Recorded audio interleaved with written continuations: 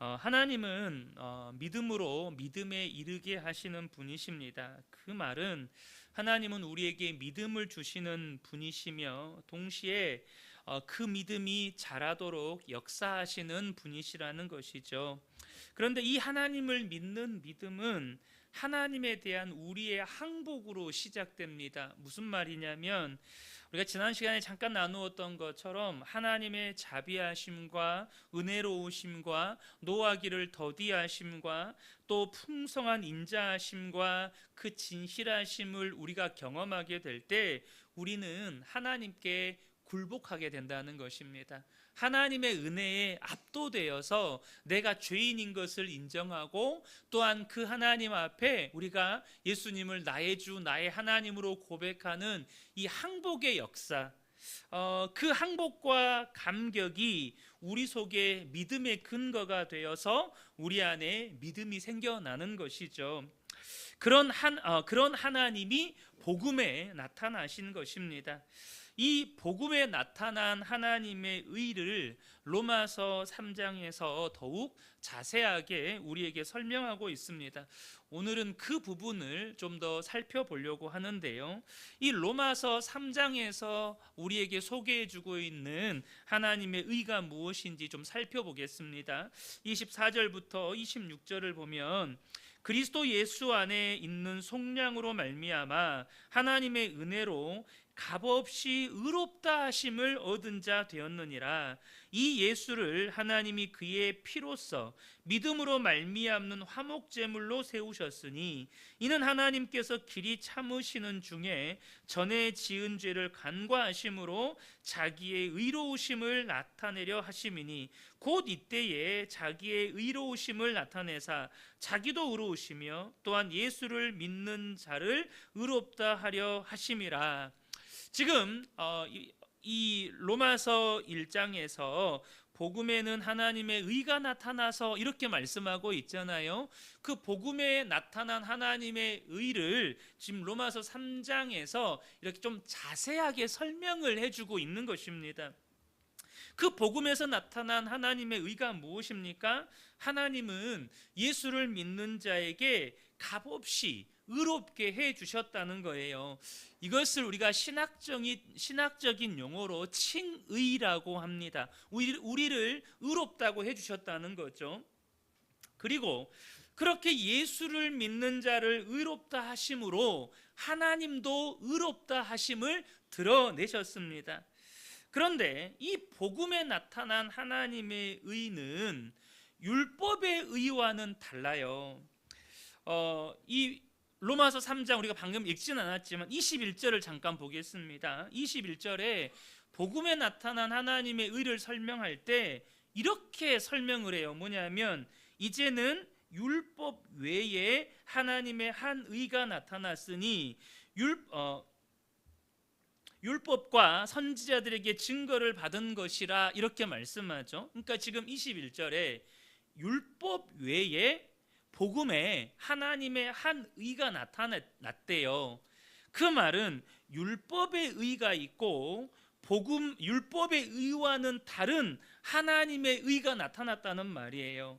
그럼 율법의 의는 뭘까요? 율법의 의는 옳다 그르다를 판단해서 이 그름에 대해서 심판하시는, 의에 대해서 상을 주시고 그름에 대해서 심판하시는 하나님의 의라는 말이죠. 그러나 복음에 나타난 의는 이 율법의 의와는 다릅니다. 그럼 복음에 나타난 하나님의 의는 뭘까요? 그것이 조금 전에 우리가 읽었던 로마서 3장 24절부터예요. 그게 뭐죠? 바로 예수 안에 있는 속량으로 말미암아 믿는 모든 자들을 하나님의 은혜로 값없이 의롭게 만들어버리는 하나님의 의라는 것입니다. 그러니까 복음에 나타난 하나님의 의는 율법의 의인 옳다 그르다 기준을 초월해서 예수 그리스도로 말미암아 모든 죄인을 구원해내시는 하나님의 하나님다우심이에요. 예수를 믿는 모든 자들을 다 구원해버리는 하나님의 의, 이걸 좀 다른 표현으로 하나님다우심이라는 겁니다. 이 모든 것이 믿음의 시작이고 근거고 여기서부터 우리의 믿음이 자라게 된다는 것입니다. 여러분, 우리가 인정하셔야 돼요. 우리 안에는 선한 것이 없습니다. 다시 말하면 우리 속에는 믿음의 근거도 믿음의 능력도 없다는 거예요. 사람은 절대 스스로 하나님을 믿을 수가 없어요. 그래서 사도 바울이 로마서 7장 18절 상반절에 이런 고백을 해요. 내 속 곧 내 육신에 선한 것이 거하지 아니하는 줄을 아노니, 이 고백을 해요. 여러분, 우리 속에는 선한 것이 없죠. 그 선한 게 뭐죠? 하나님을 믿는 그 믿음의 근거, 믿음의 동력, 믿음의 능력이 우리 속에는 없다는 거예요. 오직 하나님께서 그분의 의로우심과 그분의 능력으로 우리에게 찾아오셨기 때문에 우리가 믿음을 가지게 된 것입니다. 그런데 이 로마서 3장에 등장하는, 로마서 3장에서 설명하는 이 복음에 대한 설명 속에 이 하나님의 의가 나타났다라고 하는 이것은 구원에 관해서 우리에게 중요한 가르침을 주고 있습니다. 먼저 여러분, 이 구원이라고 하는 것은 하나님께서 나타났잖아요. 우리가 찾아간 게 아니에요. 우리가 하나님을 찾아간 게 아닙니다. 하나님이 나타나셨어요. 그 말은 하나님께서 우리에게 찾아오셔서 하나님의 어떠하심을 알리시고 우리와 인격적인 관계를 맺으시는 것이 구원이라는 것입니다. 여러분, 그래서요, 세상의 모든 종교는 기독교와는 달라요.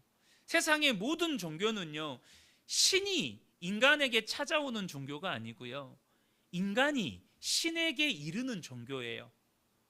끊임없이 구도 행위를 하죠. 도를 구하는, 구원을 구하는 행위를 해요. 그 세상의 모든 종교는 여러분 구도 종교예요. 인간이 신을 찾아가거나 인간이 구원에 이르기 위해서 끊임없이 뭔가 구원에 이르는 행위를 하죠. 그런데 기독교는 어떻죠? 하나님이 우리에게 나타나시는 거예요. 하나님이 우리에게 찾아오신 것입니다. 그래서 여러분, 마태복음, 우리가 지난 시간에 마태복음 5장도 잠깐 언급했는데요, 마태복음 5장의 결론이 뭘까요? 마태복음 5장 44절, 45절 그리고 48절을 보겠습니다. 나는 너희에게 이르노니 너희 원수를 사랑하며 너희를 박해하는 자를 위하여 기도하라. 이같이 한즉 하늘에 계신 너희 아버지의 아들이 되리니. 48절에 그러므로 하늘에 계신 너희 아버지의 온전하심과 같이 너희도 온전하라. 지금 여기서 보시면 마태복음의 결론에서 하나님과 우리의 관계가 무엇인지를 명확하게 우리에게 소개해 줍니다. 구원이란 결국 하늘에 계신 하나님과 우리의 관계가 아버지와 아들의 관계, 아버지와 자녀의 관계가 되는 거예요. 요한복음 17장에서 영생을 뭐라고 정의하죠? 요한복음 17장 3절로 가겠습니다. 영생은 곧 유일하신 참 하나님과 그가 보내신 자 예수 그리스도를 아는 것이니이다. 영생이 뭐죠? 단순히 하나님에 대해서, 예수님에 대해서 어떤 지식과 정보를 아는 게 아니에요. 여기서 말하는 안다는 것은 가장 깊은 관계, 부부 또는 부모와 자식의 관계를 말하는 것입니다. 그래서 여러분, 성경에, 특별히 신약 성경에, 구약 성경에도 나타나 있지만 우리를 뭐라고 소개하죠? 그리스도의 신부라고 소개하는 거예요.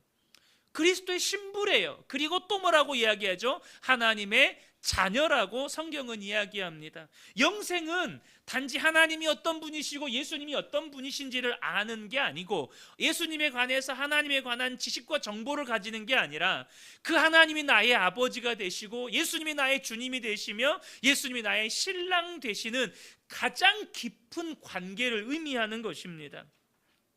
그래서 여러분, 우리가요, 구원받았다라고 말할 때 하나님의 자녀라는 신분과 더 나아가서 하나님의 자녀로서의 합당한 삶으로 구원받았다는 것을 놓치시면 안 된다는 거예요. 구원은요, 신분도 변화되지만 삶도 변화되는 거예요. 구원이 이렇게 하나님과 우리와의 관계가 아버지와 자녀의 관계가 되는 것이고, 영생이 또한 하나님과 예수님과의 우리의 관계가 깊은 관계가 되는 것이기 때문에, 여러분, 우리가 예수를 믿고 신앙생활을 해갈 때 어디에다 관심을 쏟아야 될까요? 방금 우리가 구원이 뭐라 그랬죠? 하나님과 내가 아버지와 자녀의 관계가 되는 것. 영생은 그 하나님과 내가 아버지와 자녀 혹은 부부의 관계라고 하는 이 깊은 관계로 들어가는 것입니다. 그래서 여러분, 우리가 신앙생활할 때 정말로 관심을 쏟아야 되는 건 뭐냐면, 하나님이 어떤 분이시고 예수님이 또한 어떤 분이신지를 아는 것, 그리고 그 하나님을 닮아가는 것이어야 합니다. 우리 신앙생활의 관심과 초점이 거기에 있어야 된다는 거예요. 안타까운 것은 제가 지금까지 성경 공부하면서 한국교회의 신앙이 예수 천당, 그리고 예수 헌신, 그리고 천당, 이렇게 한국교회의 신앙생활이 이렇게 바뀌어왔다고 말씀을 드렸잖아요. 그러다 보니까 많은 성도들이 신앙생활을 할 때 이 헌신이라는 그 명목 하에서 하나님께 쓸모 있는 사람이 되는 것에 관심을 갖습니다. 그러니까 주를 위해서 많은 일과 헌신을 해야 하는 것이 우리의 본분이고, 그렇게 할 때 하나님이 영광 받으신다고 생각을 해요. 그러다 보면 어디까지 빠지게 되냐면요, 하나님이 기뻐하시는 것이 무엇인지를 우리가 정해요. 어디에 관심을 두면요, 하나님께 우리가 주를 위해 많은 일과 헌신을 해야 되고, 또 그렇게 할 때 하나님이 영광 받으신다, 이것에 우리의 초점이 맞춰져 있다 보면 나중에 하나님이 기뻐하시는 일도 사람이 정한다는 거예요. 이렇게 해야 하나님이 기뻐하시지. 여러분, 앞서 말씀드렸던 것처럼 신앙이라고 하는 것이 하나님이 어떤 분이신지를 알아가고, 또 그 하나님을 닮아가는 것이라는 이 중심, 이 초점을 놓쳐버리면 자꾸 우리는요, 내가 하나님께 얼마나 쓸모 있는 존재인가, 또 나아가서 내가 얼마나 열심 있는 성도인가, 이것으로 하나님과의 관계 혹은 우리의 신앙을 확인하려고 합니다. 그래서 혹 가끔씩 우리가 영적인 침체에 빠지게 되는 이유, 혹은 어떤 시험에 드는 이유 중에 하나가 뭐냐면, 내가 지금까지 교회를 섬겨왔던 사역이 더 이상 교회에서 못하게 됐어요. 예를 들어서, 좀 구체적인 예를 들어서 설명을 드리는 겁니다.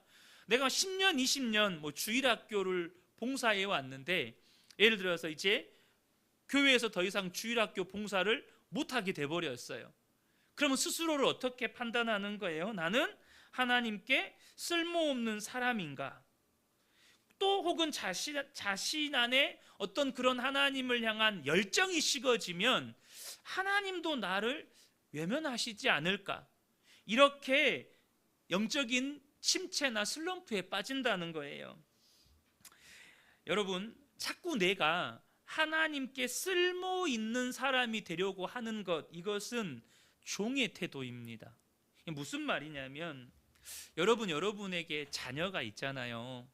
근데 자녀가 좀 공부를 못해요.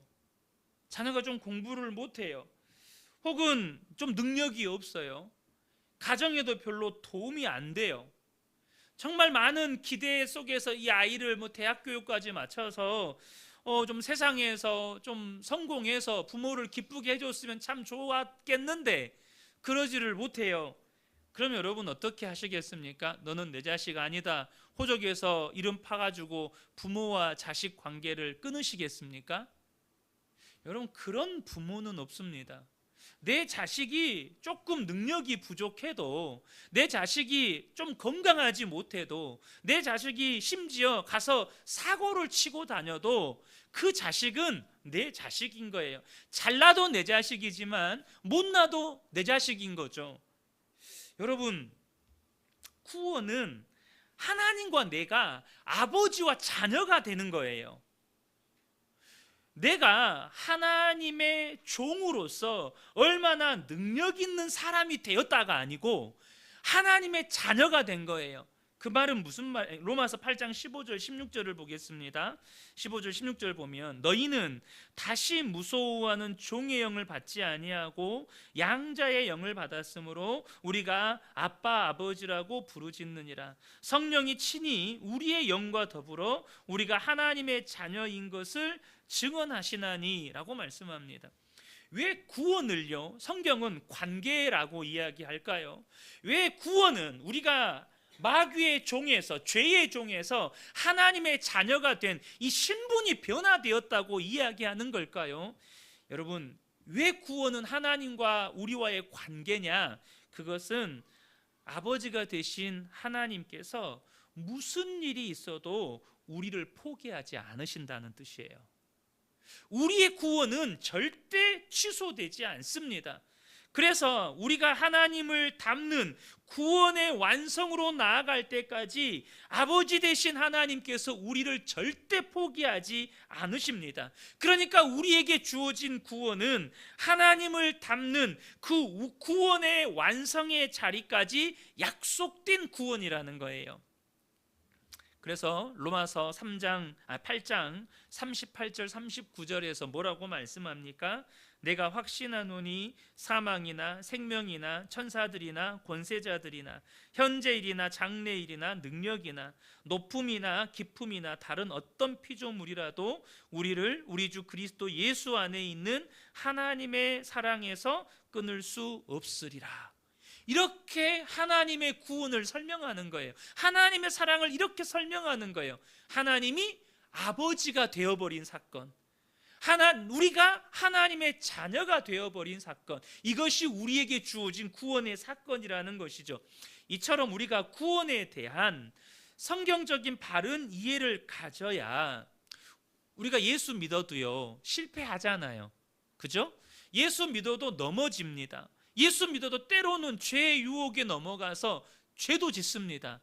그런 우리의 실패가 하나님과의 관계의 실패로 보지 않게 된다는 거예요. 여러분, 자녀가 실패해도, 자녀가 부족해도 그 자식은 내 자식인 거예요. 하나님이 우리를 하나님의 자녀 삼으신 순간부터 우리가 실패하고 넘어지고 때로는 불순종의 죄악 가운데 있더라도 하나님은 우리를 하나님의 자녀로 생각하신다는 것입니다. 그리고 그 실패마저도 하나님께서 우리를 통해서 이루어 가시는 그 구원의 내용을 채워가는 것으로 우리가 이해하게 되고, 그 실패마저도 다시 일어서는 밑거름이 될 수 있다는 거예요. 여러분, 야곱이 실패합니다. 야곱이 얼마나 많이 실패합니까? 근데 야곱이 그 실패 속에서 누구로 거듭납니까? 이스라엘로 거듭납니다. 여러분, 우리가요 야곱처럼 정말 많이 실패합니다. 내 잔꾀로, 내 인간적인 방법과 내 인간적인 수고와 내 인간적인 열심으로 우리가 얼마나 많이 실패합니까? 그런데 하나님이 나를 자녀 삼으셨기 때문에 그 실패마저도 구원에 이르는 밑거름으로 하나님은 쓰신다는 거예요. 로마서 8장 28절의 말씀이 바로 이것입니다. 우리가 알거니와 하나님을 사랑하는 자, 곧 그의 뜻대로 부르심을 입은 자들에게는 모든 것이 합력하여 선을 이루느니라. 여러분의 넘어짐조차도 하나님은 여러분을 빚어가시는 도구로 쓰신다는 거예요. 여러분의 실패를, 저와 여러분의 실패를 하나님은 다시 일으켜 세우시는 밑거름으로 하나님이 쓰신다는 것입니다. 그러므로 저와 여러분이 내가 정말로 하나님께 쓸모 있느냐 없느냐, 내게 어떤 열심과 열정과 헌신이 있느냐 없느냐로 가면 우리의 열심은 식을 때가 있거든요. 때로는 우리의 사역도 멈출 때가 있습니다. 여러분, 제가 목사라는 사역, 당장 이제 우리 헌법이 정한 나이가 되면 은퇴해야 되잖아요. 그럼 그때부터는 목사 아니잖아요. 섬길 교회도 없잖아요. 섬길 성도도 없잖아요. 그럼 제가 목사의 삶이 끝나는 순간 하나님과 저는 저는 이제 목사로서 더 이상 쓸모가 없으니까 여러분 하나님께도 쓸모없는 사람이 된 겁니까? 좀 그게 아니잖아요. 제가 목사가 아니어도 저는 하나님의 자녀인 겁니다. 저와 여러분이 하나님께 쓸모없는 자처럼 보여질 때조차도 여러분 우리는 하나님의 자녀인 거예요. 그렇게 우리가 하나님과의 이 구원을 하나님과의 관계로 이해를 해야 때로는 우리가 열정이 식어져서 영적인 슬럼프에 빠지거나 혹은 우리의 사역이나 우리의 어떤 쓰임새가 이제 중단되어서 더 이상 사역이 없거나 혹은 더 이상 내게 나를 부르는 자리가 없다 할지라도 하나님의 구원을, 하나님의 사랑을 의심하지 않게 된다는 거예요. 우리는 하나님의 자녀입니다. 앞서 말씀드렸던 것처럼 왜 자녀라는 말을 씁니까? 구원은 결코 취소되지 않기 때문입니다. 절대 취소되지 않아요. 우리는 죄인에서 의인으로, 마귀의 종에서 하나님의 자녀로 신분이 바뀌었습니다. 이 구원에서 가장 중요한 신분의 문제가 해결되었기 때문에 여러분 구원은 결코 취소되지 않는다는 겁니다. 여러분 종은요, 다시 말해서 노예는요, 쓸모가 없어지면 언제든지 주인의 집에서 쫓겨날 수도 있고 다른 주인에게 팔려갈 수도 있습니다. 그래서 여러분 종은요, 언제나 주인에게 자신의 능력을 입증하기 위해 애를 씁니다. 나는 쓸모 있는 종입니다. 나는 정말로 능력 있는 종입니다. 이렇게 끊임없이 자신의 능력을 주인에게 입증해야 돼요. 그러면서도 주인의 마음이 혹 바뀌면 언제든지 쫓겨날 수도 있다는 두려움을 가지고 사는 존재가 노예고 종입니다. 여러분 이건 2000년 전에 이 로마 사회를 이해를 하셔야 돼요. 노예라는 존재가 그래요. 능력이 입증되지 않으면 언제든지 쫓겨나고 언제든지 팔리고 심지어 이건 재산이기 때문에, 노예는 재산이기 때문에 주인에게 죽임도 당할 수 있습니다. 노예라는 존재가 그래요. 그러나 여러분 자식은요, 혹여 어떤 잘못을 했다 할지라도 아버지에게 야단 맞을 것에 대한 근심은 있어도 아버지 자녀에서 노예로 강등될 거라는 두려움은 갖지 않습니다. 아버지 자녀에서 신분이 바뀔 거라는 두려움은 갖지 않아요. 따라서 여러분 우리가 이 우리의 구원, 우리의 신앙을 점검할 때요, 하나님과의 관계에서 두려움이 있느냐 없느냐도 지금 우리의 신앙을 판단해 보는 중요한 기준이 됩니다. 우리는 종의 영을 받지 않았어요. 양자의 영을 받았어요. 그래서 하나님을 아빠, 아버지라고 불러요. 그런데도 불구하고 우리 안에 두려움이 있다. 이건 우리의 신앙을 점검해야 될 사인인 거예요. 요한일서 4장 18절에 보면 사랑 안에 두려움이 없고 온전한 사랑이 두려움을 내쫓나니 두려움에는 형벌이 있음이라. 두려워하는 자는 사랑 안에서 온전히 이루지 못하였느니라. 누가 두려워한다고요? 여러분 종이 두려워하는 거예요.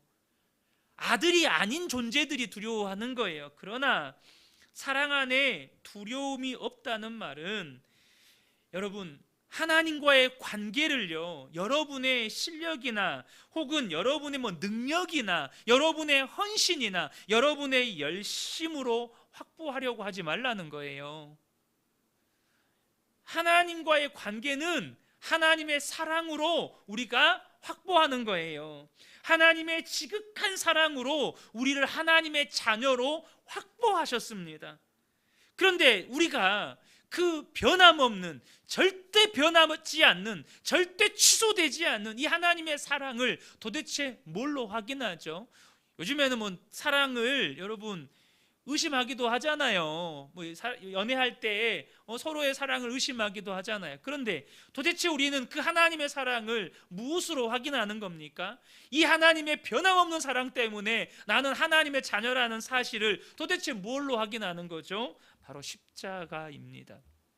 로마서 5장 8절에 우리가 아직 죄인 되었을 때에 그리스도께서 우리를 위하여 죽으심으로 하나님께서 우리에 대한 자기의 사랑을 확증하셨느니라. 우리가 죄인 되었을 때라는 말이 무슨 뜻이죠? 하나님을 알지 못했을 때, 하나님을 찾지도 않았고 구원의 필요성도 느끼지 못했고 우리에게 아무런 자격과 조건이 없었을 그때에 하나님께서 예수 그리스도의 십자가를 통해서 하나님의 사랑을 확증하셨고 우리를 하나님의 자녀 삼으신 구원을 이루셨다는 거예요. 그러므로 여러분, 하나님의 사랑은 뭘로 확인하는 거예요? 하나님과의 관계는 도대체 뭘로 확인하는 겁니까? 내가 얼만큼 헌신하느냐, 내 안에 얼마나 열심히 있느냐, 내가 얼마나 교회에서 봉사하느냐, 이걸로 하나님과의 관계, 하나님과의 사랑을 확인하는 게 아니고 십자가로 확인하는 거예요. 아들을 아낌없이 내어주신 그 십자가를 바라보고 십자가를 묵상하게 되면 우리는 뭘 확신하게 돼요? 하나님이 나를 이렇게 사랑하시지, 아들 독생자 예수님을 내어주시기까지 나를 사랑하시지. 그러면 우리가 뭐가 확실한 거예요? 하나님의 자녀라는 게 확실한 거예요. 여러분, 그리스도인에게 있어서 호적은 십자가예요. 십자가. 우리가 주민센터 가가지고 호적 초본인가요? 호적 등본인가? 하여튼 호적 때 보면 내가 이 아버지 아들인 게 나오잖아요. 우리에게 호적은 뭐예요? 십자가예요. 십자가를 바라보니, 십자가를 묵상하니 나를 향한 하나님의 사랑은 절대 끊어지지 않고 그 사랑이 확인되니 내가 하나님의 자녀라는 사실이 변함이 없는 거예요. 절대 바뀌지 않는 거예요. 그럴 때 우리가 그 사랑 안에서 하나님의 자녀된 축복을 누리게 되는 것입니다. 여러분, 결코 내가 하나님께 얼마나 쓸모 있는가, 내가 얼마나 열심히 있고 내가 얼마나 헌신하는가로 나의 가치나 나의 신앙을 확인하려고 하지 마시라는 겁니다. 구원은 예수 그리스도 안에서 그 예수 그리스도의 십자가로 말미암아서 하나님과 내가 아버지와 자녀가 된 것이고, 영생은 그 하나님과 예수 그리스도를 알고 닮아가는 것입니다. 저는 우리 근혜교회 모든 성도님들이 이 구원을 온전히 누리셨으면 좋겠습니다. 여러분, 저는 우리 성도님들이 꼭 이런 칭찬을 여러분 자신 말고요, 주변 사람들에게 꼭 받았으면 좋겠어요. 당신은 점점 예수님 닮아가는 것 같아. 성도님은, 집사님은, 장로님은, 권사님은 더 예수님 닮아가는 것 같아요. 그냥 나의 말이 아니라 여러분 주변에서 누군가가 여러분을 향해서 진짜 성도님이 예수님 닮아가시는 것 같습니다. 성도님의 모습 속에서 제가 예수님의 사랑을 느낍니다. 그런 칭찬받는 저와 여러분 되시기를 예수님의 이름으로 축복합니다.